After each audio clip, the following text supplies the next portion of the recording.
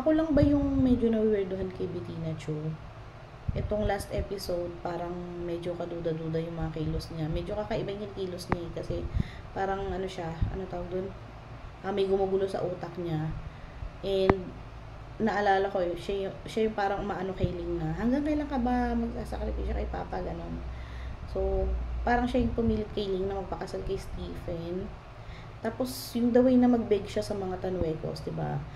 Ay, ano, please, ano, ganyan, matutuloy yung kasal, ganyan, ganyan. Kaya sinabihan nga siya ni Charleston na, ano, na magkaroon naman siya ng self-respect, diba? Kasi nga parang grabe siya magmakaawa. So, parang may something kay Bettina na hindi ko magets. What if siya yung mastermind, diba? Siya yung kausap ni Mang Ibe. What if lang, diba? Tapos, what if anak siya ni, ano, Mang Ibe, tsaka ni Cindy? Uy! Chorya na naman. Last week na nga, no? Nag-iisip ka pa rin. Pero yun nga, nakakalungkot matatapos na yung Can't Buy Me Love, guys. Yung gabi-gabi kong inaabangan, matatapos na. So, sana maganda na, no? Kasi parang ilang linggo nang sumasakit yung ulo natin sa kakaisip. So, yun lang, guys. Excited na ako sa Friday.